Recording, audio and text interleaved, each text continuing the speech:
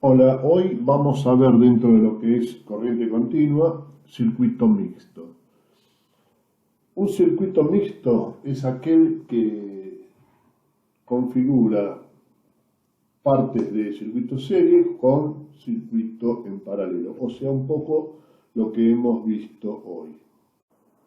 Aquí tenemos un ejemplo del mismo. Tenemos una R1 y R4 como serie y observen aquí tenemos una pequeña malla donde están R2 y R3 que configuran dos resistencias que se encuentran en paralelo. Si miramos, vamos a observar que tanto R2 como R3, una vez que saquemos la resistencia equivalente, nos vamos a encontrar con que ellas están en realidad en serie con quién, con R1 y con R4. Recuerden siempre esto, o sea, en este circuito nosotros tenemos lo que se llama mixto. No vamos a ver con solo una fuente de alimentación. Bien, entonces dijimos que los circuitos mixtos son una combinación de circuitos serie y circuito en paralelo. Para resolverlo, lo primero que hacemos es resolver primero todos los circuitos que están en paralelo. De esa manera va a quedar todo un circuito en serie. Entonces las resistencias equivalentes que fueron halladas nos van a conformar ese circuito. Y después lo resolvemos como tal. Bien, ahora vamos entonces a ver el ejemplo que habíamos hecho antes, el circuito que teníamos hecho antes. Vamos a hacer lo que hacemos habitualmente. O sea, acá la resolución es exactamente igual a la que hacíamos hasta ahora. La única diferencia que nos vamos a encontrar con que tenemos que hacer dos tipos de circuitos en uno. Bueno, aquí tenemos entonces el circuito que vamos a utilizar, donde E1, que es la fuente de alimentación, la que nos entrega la energía para que esto circule la corriente, va a valer 24 volt. La primera resistencia R1, 220 ohm. Entramos al nodo inicial que lo vamos a llamar A, que nos vamos a encontrar en paralelo R2 que vale 330 ohm y R3 que vale 470 ohm. Salimos de ese paralelo, salimos por el nodo B y nos encontramos aquí con la resistencia R4 que va a tener un valor de 560 ohm y aquí se termina el circuito de corriente al ingresar de nuevo al negativo de la fuente de alimentación. Bien, entonces, ¿qué hacemos con el circuito? Lo mismo que hacíamos antes. Primero trazamos el circuito de corriente, por donde entra. Fíjense que acá a la entrada yo marqué al primer nodo donde se entra, como es un solo paralelo, lo llamé lo denomino con la letra A, y al nodo que sale lo llamamos B, porque de esta manera yo llamo a la resistencia esa en paralelo, cuando saque el equivalente, la vamos a llamar RAB, va a ser una sola resistencia. Por lo tanto, de ahí vamos a sacar el valor y ahí vamos a tener la caída de tensión propia de la misma. Bueno, y lo mismo acá, por R4 entra la corriente. Recuerden siempre que por donde ingresa la corriente es positivo y por donde sale es negativo. Bueno, acá ya podemos empezar a hacer el cálculo. Armamos el famoso cuadrito donde tenemos los cuatro valores principales: tensión, corriente, resistencia y potencia. Estas son las filas, y acá las columnas tenemos el total, donde acá ya volcamos el valor por defecto del esquema, que es de 24 volt, R1, R2, R3, R4, y fíjense que acá abrí una columna que está en una resistencia que está entre los nodos A y B. Esa es la famosa resistencia paralelo, que es R2 y R3. La tengo que calcular, por lo tanto la tengo que tener. Si hubiera más resistencias en paralelo en distintos paralelos, entonces hay que calcular los distintos paralelos y tienen que ir como resistencia. ¿Por qué? Porque ahora vamos a ver que una vez que la calculamos, el circuito pasa a ser un circuito serie. Por lo tanto, también tengo que tener muy en cuenta los distintos valores. Y después vamos a ver también por qué me interesa saber eso. Muy bien, lo primero entonces que resolvemos es hallar cuál es la resistencia, qué valor tiene la resistencia del paralelo. Hacemos la equivalente y la vamos a llamar, como dijimos, por el nombre, por los subnodos A y B. La hallamos. Cuando son dos resistencias, ustedes pueden hallar la forma que ustedes desean. Esta es la universal, que nos permite hallar cualquier número de resistencias en paralelo. O si no, cuando son dos pueden hallar otro sistema que hay para dos resistencias, que es muy sencillo, y aparte, generalmente el que más se acuerda uno es este, que es, esto como se dice, es la inversa de las conductancias, y a su vez las conductancias son las inversas de la resistencia, o sea, esto es 1 sobre R2 más la conductancia que sigue es 1 sobre R3 y si hubiera más resistencia sería 1 sobre más 1 sobre los n resistencias. Se reemplaza, acá nos queda 1 sobre la conductancia, este valor que está acá, chiquito, es de la conductancia de esa resistencia equivalente, hago la inversa y me va a dar este valor que es la resistencia, es la resistencia que tiene R a B. Una vez que tenemos eso, incorporamos el valor, 195, y ya tenemos toda la resistencia calculada. Lo único que nos falta ahora es hallar, para empezar, esta resistencia. ¿Cuál?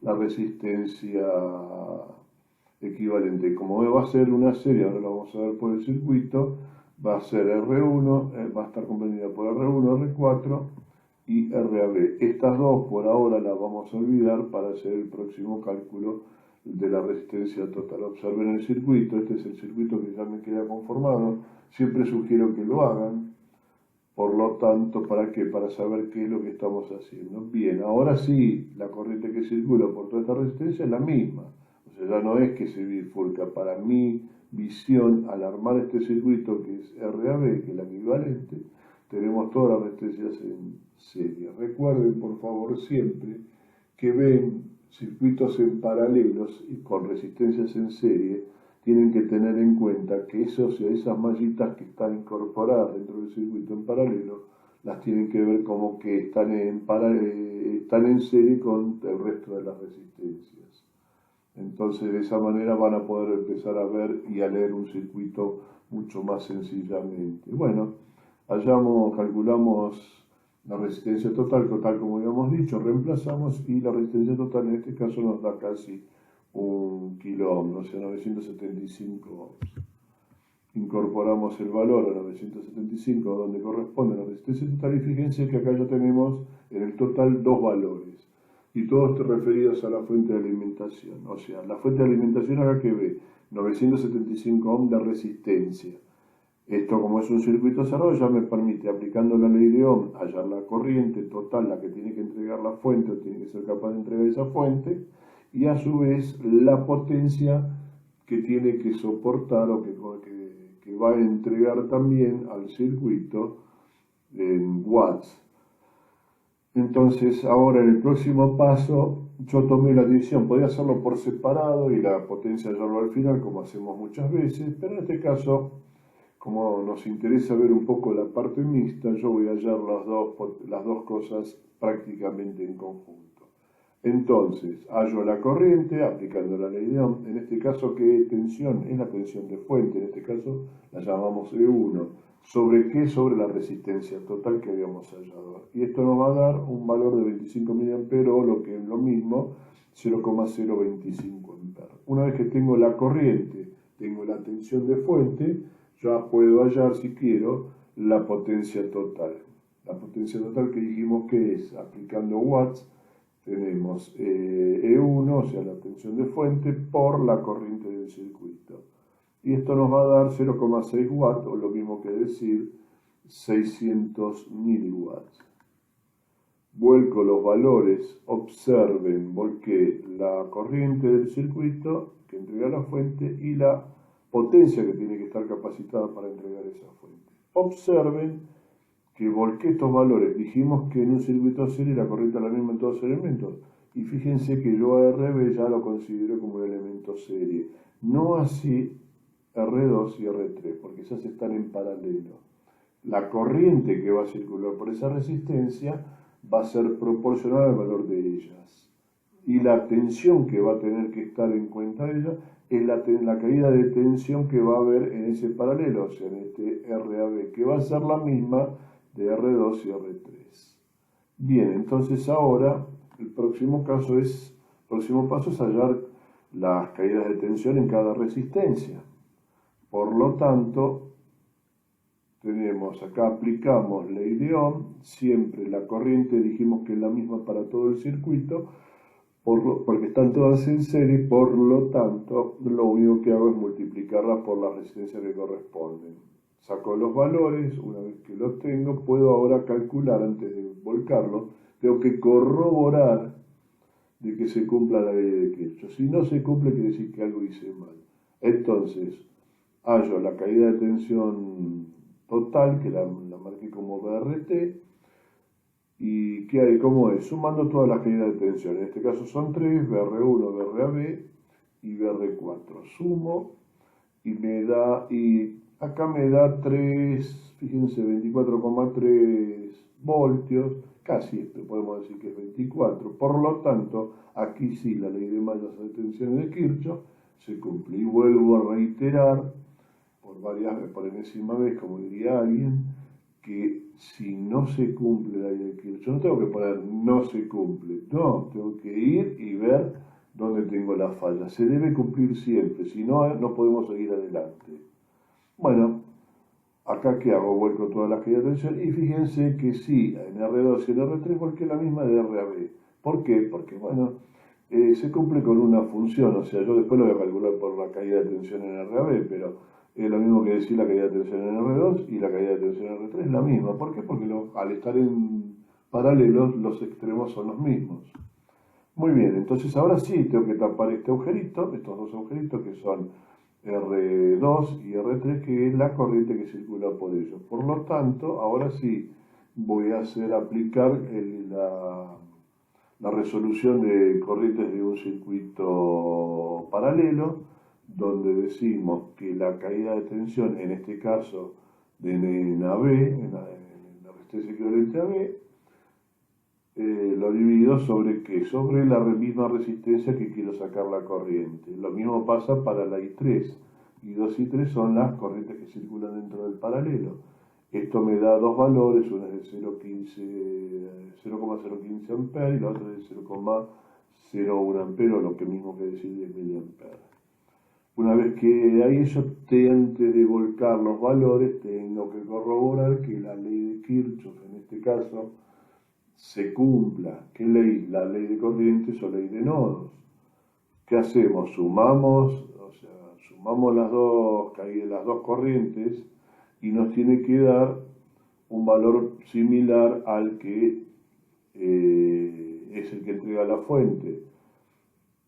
Cuando hacemos la suma acá, ya a simple vista me dice sí, que estoy cumpliendo con eso, igual la tengo que presentar en la ecuación como corresponde y es igual a la corriente que circula entre A y B, por lo tanto 0,25 es igual a 0,25, en este caso se dio bien justito, y acá sí se cumple la ley de nodos o de corriente de Kirchhoff. Vuelco ahora sí los valores, 0,15 y 0,10, y ahora lo único que me falta es ver la potencia que disipa cada resistor. ¿Para qué me sirve hallar eso? Para cuando tengo que comprar un resistor, tengo que saber, bueno, el resistor mismo, tengo que saber de qué potencia lo voy a comprar, porque si lo compro menos de la que tengo que trabajar, vamos a tener un problema, se nos va a quemar, se puede prender fuego, etcétera, etcétera, depende de los valores de corriente que circulen por allí. Entonces, hallamos la caída. Fíjense que acá hay 4 potencias de disipación, son 4 resistores. PR1 y PR4 utilizan la misma corriente, que es la corriente del circuito. Y la multiplico ¿por qué? Por la caída, o sea, como es watts, es corriente por tensión, en este caso es la caída de tensión que hay en cada resistencia. Pero ahora tengo que hallar PR2 y PR3. PR2 es la corriente que circula por la resistencia 2. ¿Por qué? Por la tensión que hay en sus extremos. ¿Cuál es la tensión? Y la tensión es RAB, que ya la hemos calculado. Hacemos el cálculo, nos da 0,07 watts, o lo mismo que si 70 miliwatts, y luego hallo PR3, que es la potencia que disipa la resistencia 3. La corriente es la que corresponde a esa resistencia, a la resistencia 3, y la multiplico ¿por qué? Por la caída de tensión, la misma que tiene el otro, o sea, por RAB. ¿Por qué? Porque los extremos son los mismos. Entonces la caída de tensión es la misma. Esto me va a dar una potencia de 0,05 watts, lo mismo que decir 50 miliwatts. Muy bien, entonces ahora, a ver, aquí está. Tengo que también corroborar que se cumpla la ley de watts, algo que muchos de ustedes se olvidan de hacer. Y la tengo que corroborar sí o sí. Somos técnicos, tenemos la ciencia, por lo tanto, como tales, tenemos que corroborar que todo se cumpla, porque no podemos entregar un circuito calculado y no haberlo previamente, antes de probarlo, haber corroborado que calculamos bien las cosas. Por lo tanto, hallo la potencia total de disipación, que la marco como PRT, ¿y qué hago? Y la calculo sumando todas las potencias de disipación de cada resistor. Hago la suma y también aquí, como en lo otro, me da 0,6 watts. Por lo tanto, la potencia total que entrega la fuente, dijimos que era de 0,6 watts. La potencia disipada por los resistores es exactamente igual. Por lo tanto, se cumple la ley de Watt.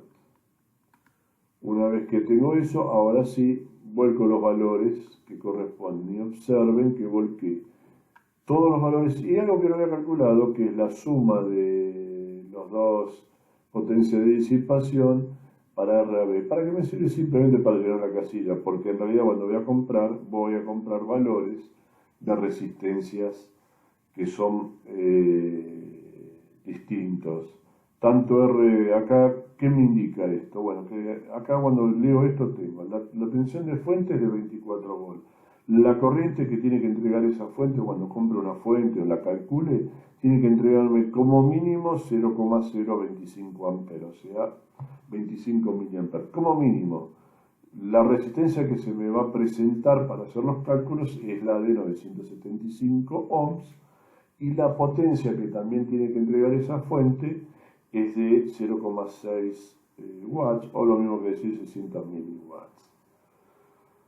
La valor de la resistencia, bueno, eso ya lo sabemos. Normalmente cuando compramos una resistencia la compramos por el valor nominal de ohms y otro de los valores, o sea, por la potencia de disipación. Y observen, acá tenemos, esto va a ser de 0,13, 0,7, 0,5, ya compramos el valor mínimo que es de 1 octavo.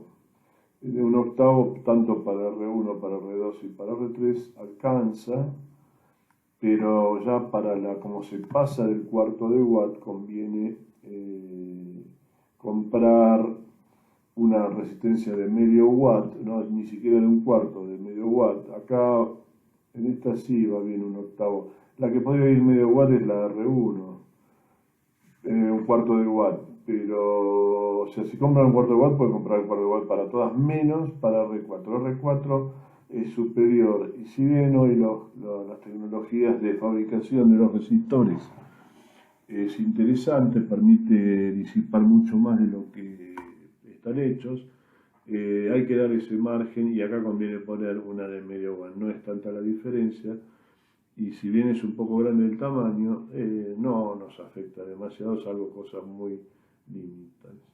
Bueno, con esto terminamos la clase. Luego les voy a entregar también el próximo trabajo que se va a referir y que hay que aplicar esto que hemos visto hasta ahora. Hasta la próxima clase, muchachos.